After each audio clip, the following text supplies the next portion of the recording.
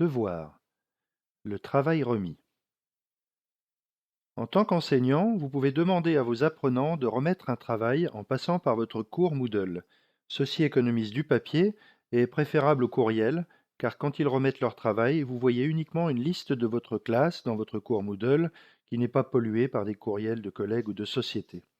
Ce qu'ils peuvent remettre sont soit des fichiers à déposer ou du texte écrit directement dans Moodle. Et comme nous le voyons en regardant un exemple de devoir ici, grâce au fait que vous utilisez l'éditeur de texte de Moodle pour écrire votre consigne, vous pouvez ajouter des liens, des images ou des vidéos relatifs à votre devoir. Un devoir peut être donné à un individu ou à un groupe. Et, en tant qu'enseignant, vous pouvez choisir de connaître ou non l'identité de vos apprenants quand vous les notez. Donc, si vous souhaitez ajouter un devoir, nous devons activer le mode édition, soit en cliquant sur le bouton en haut à droite, ou dans le bloc administration, en cliquant sur le lien Activer le mode édition. Et dans la section où nous voulons ajouter le devoir, nous cliquons sur le lien Ajouter une activité ou une ressource pour afficher le sélecteur d'activités de Moodle.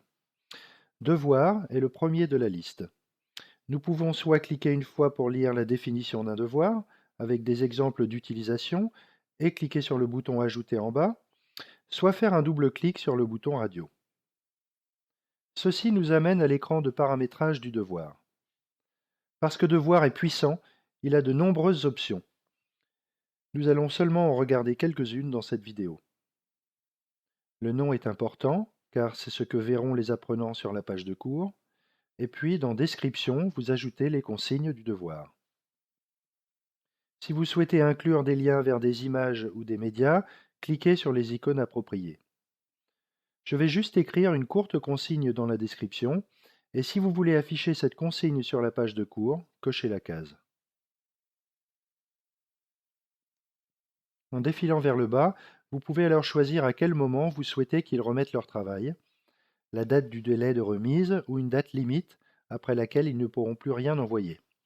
Ce qui est important après, c'est de choisir le type de remise. En d'autres mots, si vous voulez qu'ils déposent un ou plusieurs fichiers, vous devez vérifier que Remise de fichiers est coché et vous pouvez choisir le nombre de fichiers que vous voulez qu'ils remettent.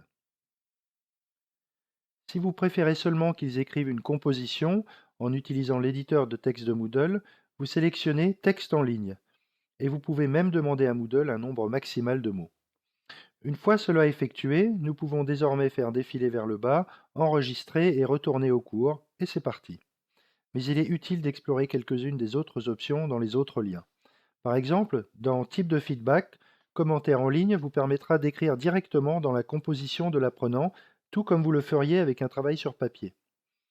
Dans Réglage de la remise des travaux, vous pouvez décider de leur demander de certifier que ce travail est bien le leur.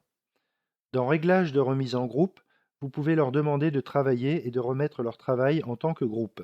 Et dans Notification, nous pouvons choisir d'être notifiés par messagerie quand les étudiants remettent quelque chose, et aussi si par défaut les étudiants seront notifiés quand nous aurons noté leur travail. Si nous cliquons sur Note, nous pouvons voir qu'il est possible de choisir un nombre à partir duquel le devoir peut être noté. Et il est aussi possible de créer nos propres barèmes, chose que nous verrons brièvement dans une autre vidéo. Si vous cochez Évaluation à l'aveugle, alors vous ne pourrez pas voir au préalable quel apprenant a remis quel travail. Le flux d'évaluation et l'attribution sont utiles lorsque vous partagez un cours avec d'autres enseignants pour répartir, modérer et garder un œil sur l'avancement de l'évaluation. Mais pour l'instant, enregistrons et retournons sur le cours. Notre devoir est prêt à recevoir les travaux des étudiants et vous pouvez voir qu'il a sa propre icône qui permet aux apprenants d'identifier quelle activité spécifique ils vont faire en cliquant sur le lien.